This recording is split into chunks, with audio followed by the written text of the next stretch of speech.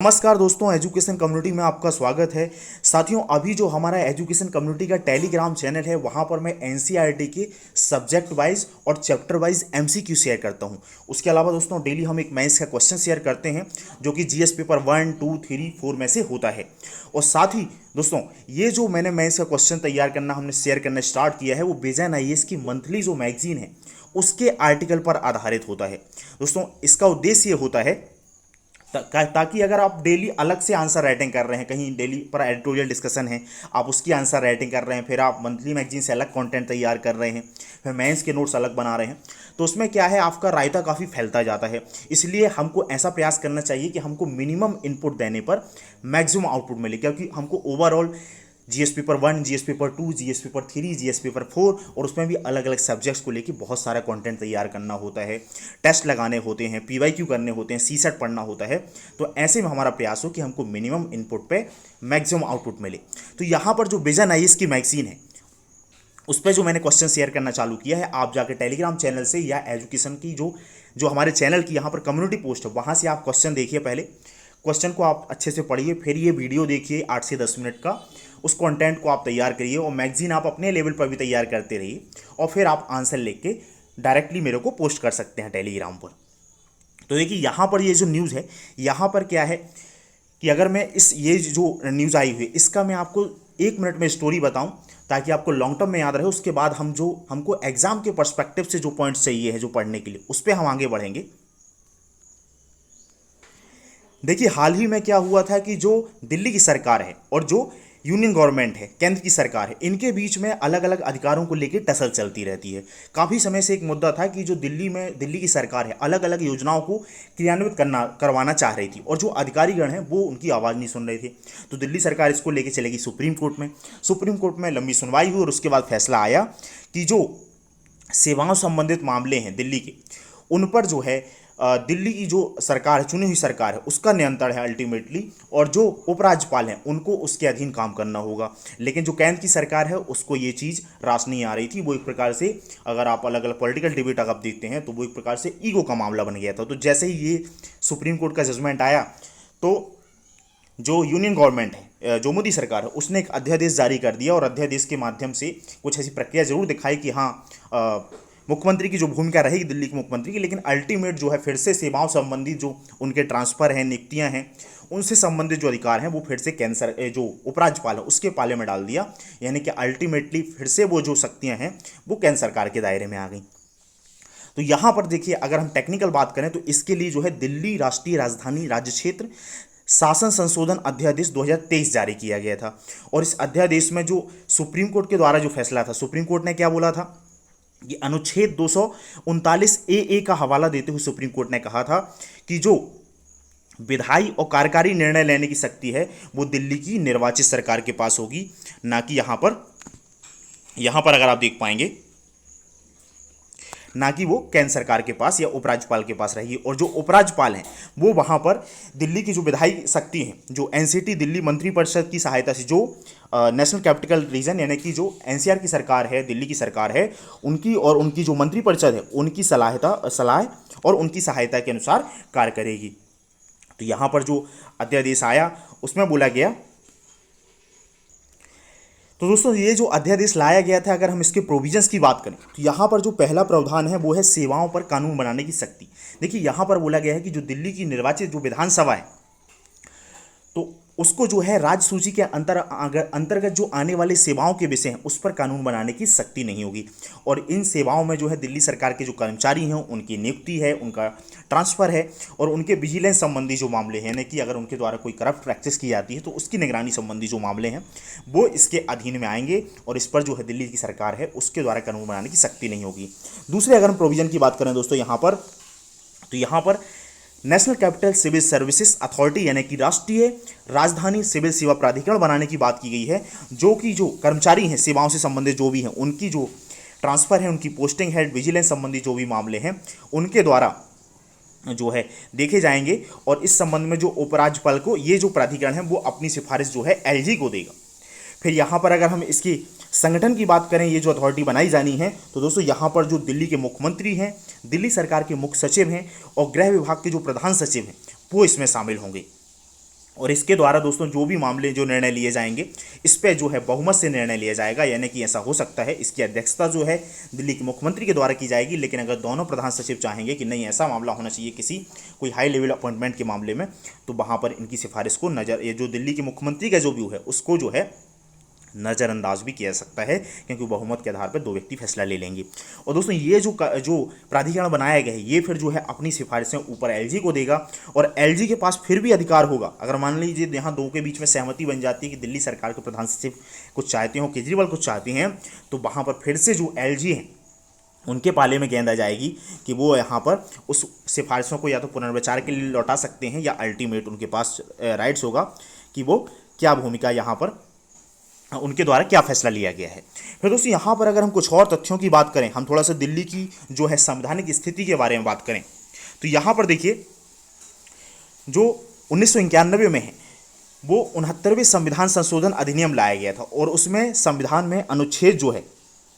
यहाँ पर अगर आप देख पाएंगे 239 ए जोड़ा गया था, और इसमें बोला ये जो संशोधन लाया गया था इसको एस बालकृष्ण समिति ने इसकी सिफारिश की थी, और यहाँ पर जो दिल्ली है उसको एक विशेष राज्य का दर्जा दिया गया था। विशेष राज्य के दर्जे के मामले भी हमने ऊपर देख लिया कि जो लोक प्रशासन से संबंधित मामले हैं, जो लैंड से संबंधित मामले हैं, और जो पुलिस से संबंधित मामले हैं वो जो है केंद्र सरकार के अधीन है, और बाकी के जो राज्य सूची के विषय हैं वो उनको जो है दिल्ली की सरकार उसको दिए गए हैं। तो यहाँ पर देखिए इस जो संशोधन अधिनियम है इसमें बोला गया था कि एनसीटी दिल्ली में एक प्रशासक के पद और एक विधानसभा का प्रावधान किया गया था इसके माध्यम से। इसके अलावा पुलिस लोक सेवा जो विषय मैंने बताया उसको छोड़कर राज्य सूची और संवर्ती सूची में जो आने वाले विषय हैं जो 7th शेड्यूल में आते हैं उन पर अधिकार बनाने या उन पर कानून बनाने की शक्ति यहाँ पर विधायिका को होगी। इसके अलावा जो एलजी और मंत्रियों के बीच में यदि कोई मतभेद हो जाता है तो एलजी संबंधित मामले को राष्ट्रपति के विचार के लिए भेज सकता है, यहाँ पर यह भी प्रावधान किया गया था, और राष्ट्रपति जो भी निर्णय लेंगे उसके अनुसार ही आगे काम किया जाएगा। हालांकि चूंकि यहाँ पर दिल्ली में और केंद्र में अलग अलग सरकारें होती तो उनके बीच में ज़्यादा विवाद होता है, और यहाँ पर अभी हाल ही में ये विवाद ज़्यादा बढ़ गया है क्योंकि जो केंद्र की मोदी सरकार है वो वहाँ पर दिल्ली में चुनाव जीत नहीं पा रही है। अलग अलग जो भी विधानसभा के चुनाव हो या म्यूनिसिपैलिटी के चुनाव हो, वहाँ पर एक प्रकार से केजरीवाल का लंबे समय से कब्जा है, और उनके बीच में एक वैचारिक मतभेद भी है, काम करने की प्रक्रिया को लेकर भी मतभेद है, और राजनीतिक संघर्ष की वजह से प्रशासन में जटिलताएं क्रिएट हो जाती हैं, जिसका अल्टीमेट भुगतान जो है जनता को भुगतना होता है। जैसे कि दिल्ली के जो door to door delivery service है वो काफ़ी दिन रुकी रही, या दिल्ली सरकार की जो सब्सिडी का मामला है वो काफ़ी दिन रुका रहा, या झुग्गी बस्तियों का मामला है, तो ये सब मामलों में फिर क्या है जनता को ही अल्टीमेट परेशानी का सामना करना पड़ता है। दोस्तों ये हमने देख लिया। आगे अगर हम थोड़ा सा और बढ़ जाएं और यहाँ पर जो राष्ट्रपति और राज्यपाल के द्वारा जो अध्यादेश जारी किए जाते हैं इस संबंध में हम बात करें तो देखिए जो राष्ट्रपति हैं उनको अनुच्छेद 1, 2, 3 यानी कि 123 के द्वारा, और जो राज्यों में राज्यपाल है उनको 213 के माध्यम से अध्यादेश जारी करने की शक्ति दी गई है। यानी कि अगर कोई ऐसा स्थिति आ जाती है कि कानून बनाना जरूरी है लेकिन जो विधायिका है या केंद्र में जो संसद है वो कार्य नहीं कर रही है, तो तत्कालीन स्थिति में कोई कानून बनाया जा सके। अध्यादेश के लिए एक प्रावधान ये किया गया है कि भाई या तो दोनों सदन या कम से कम एक सदन ना चल रहा हो, क्योंकि कोई भी कानून बनाने के लिए, हालांकि राज्यों के मामले में विधायिका में एक ही सदन होता है, लेकिन केंद्र की अगर हम बात करें तो अगर एक सदन भी चल रहा है एक सदन नहीं है तो भी कानून नहीं बन पाएगा। ऐसी स्थिति में भी अध्यादेश जारी किया जा सकता है। यहाँ पर थोड़ा सा हम अगर हिस्ट्री की बात करें अध्यादेश की, तो देखिए जो भारतीय परिषद अधिनियम 1861 है उसमें पहली बार अध्यादेश प्रख्यापित करने की बात यहाँ पर की गई थी। उसके बाद जो है भारत शासन अधिनियम 1919 और भारत शासन अधिनियम 1935 में भी इसका प्रावधान किया गया था। दोस्तों आजकल जो प्रीलिम्स में क्वेश्चन हैं वो काफ़ी प्रैक्टिकल नेचर के भी पूछे जाते हैं। इस संदर्भ में ये सब चीज़ें हमारे लिए काफ़ी इंपॉर्टेंट हो जाती हैं, और मेंस में लिखने के लिए तो ये वैल्यू एडिट करता ही है वो। हालांकि आपको धीरे धीरे आंसर राइटिंग प्रैक्टिस से आ पाएगा, और समस्या होती है तो आप टेलीग्राम के माध्यम से हमसे कनेक्ट कर सकते हैं। देखिए जैसा कि मैंने यहाँ पर बताया कि आर्टिकल 123 और आर्टिकल 213 के माध्यम से अध्यादेश प्रख्यापित करने की शक्ति दी गई है। यहाँ पर दोस्तों फिर अगर हम बात करें तो ये जो अध्यादेश प्रख्यापित करने की शक्ति है या उसको जारी करने की शक्ति वो एक प्रकार से विधायिका द्वारा पारित कानून के समान ही होती है, लेकिन ये अस्थायी प्रकृति की होती है। अगर इसको एक निश्चित समय में अध्यादेश को बिल के तौर पर प्रस्तुत किया गया और विधेयक नहीं बना, वो कानून नहीं बना, तो फिर वो अध्यादेश अप्रभावी हो जाता है। ऐसी जो समय सीमा है वो उसको मिनिमम 6 सप्ताह रखा गया है। लेकिन क्या होता है कि जैसे कि 2 सदन है, अब 2 सदन के बीच में 6 महीने का अंतराल हो सकता है, तो अगर पहला सदन बैठा और दूसरा सदन नहीं बैठा 6 महीने तक, तो ये अधिकतम समय 6 सप्ताह और 6 महीने हो जाता है। मान के चलिए जैसे कि अभी जुलाई चल रहा है और 1 अगस्त से संसद का लोकसभा का सदन स्टार्ट हो जाता है, 1 महीने तक सदन चलता है। लेकिन उसके बाद क्या होता है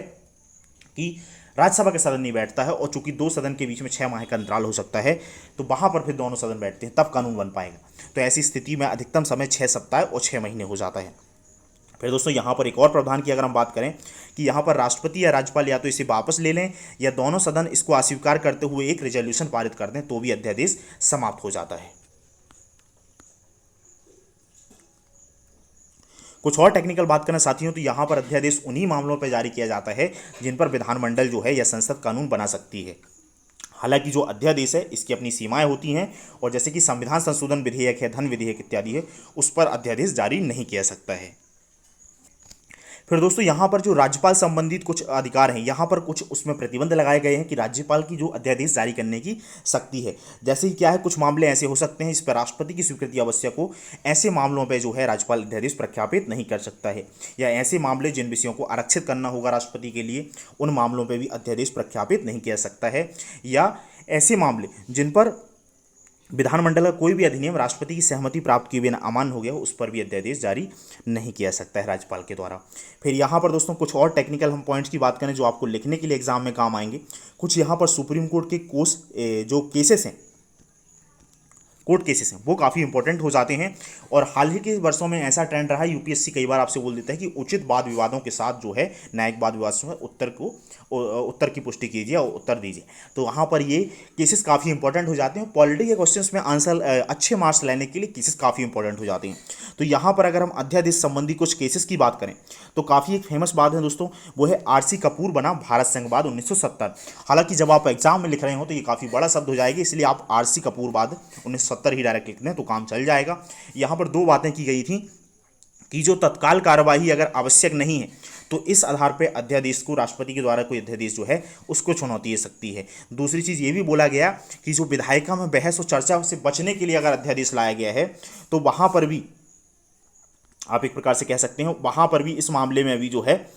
उस पर चुनौती जो है न्यायपालिका में जो है चुनौती अध्यादेश पर दी जा सकती है। देखिए कई बार क्या होता है कि हो सकता है कि सरकार किसी पर्टिकुलर विषय पर डिबेट से बचना चाहती है, क्योंकि कार्यपालिक विधायिका में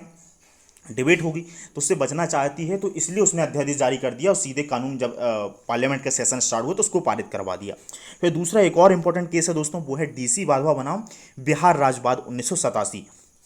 इसमें बोला गया था कि जो अध्यादेश जारी करने की कार्यपालिका की विधायी शक्ति है उसका उपयोग केवल असाधारण परिस्थितियों में ही किया जाना चाहिए, ना कि विधायिका की कानून बनाने की शक्ति के विकल्प के रूप में। हालांकि देखिए इस कथन का मैंने उपयोग किया है मैं इसका क्वेश्चन बनाने के लिए, लेकिन जब आप पॉइंट्स दे रहे होते हैं उसके पक्ष में विपक्ष में, तो आपको बाकी सभी पॉइंट्स भी देने हैं, ना कि केवल इस फेवर में, इसके कॉन्टेक्स्ट में बात लिखनी है। फिर दोस्तों एक और फेमस बात है, वो है कृष्ण कुमार सिंह बनाम बिहार राज्य 1994। यहाँ पर देखिए ये बोला गया कि अनुच्छेद 123 राष्ट्रपति के द्वारा और अनुच्छेद 213 जो राज्यपाल के द्वारा जो अध्यादेश प्रख्यापित करने की संतुष्टि है वो न्यायिक समीक्षा के अधीन है। ऐसा नहीं है कि उनके पास ये संप्रभु शक्ति है, उसको न्यायिक चुनौती नहीं दे सकती। तो ये कुछ प्रमुख जो है दोस्तों यहाँ पर वाद हैं जो काफ़ी फेमस हैं इस मामले से जुड़े। इसके बाद फिर हम आगे बढ़ें तो यहाँ पर देखिए अध्यादेश से जुड़ी जो समस्याएं हैं जो आप पॉइंट्स के फॉर्म में लिखेंगे, वहाँ पर क्या है इसका बहुत अधिक उपयोग किया जाता है। हालांकि यहाँ पर नंबर नहीं बताया गया है, लेकिन ऐसा देखा जाता है कि विधायिका के द्वारा जो कार्यपालिका के द्वारा है, विधायिका का सत्ता ना चल रहा हो या यानी कि जो विधायक शक्ति थी वहाँ पर डिस्कशन डिबेट का जो काम होना था उसकी जगह पर इसका बहुत बार दुरुपयोग किया जाता है। फिर दोस्तों ये शक्ति के पृथक्करण सिद्धांत के भी विरुद्ध है अध्यादेश जारी करना, क्योंकि देखिए जो कार्यपालिका है उसका काम है कानून को इम्प्लीमेंट करना, ना कि कानून बनाना। कानून बनाने की शक्ति विधायिका के पास है, लेकिन यहाँ पे क्या किया जाता है कि कार्यपालिका के द्वारा ही कानून बना दिया जाता है बगैर किसी डिस्कशन और डिबेट के।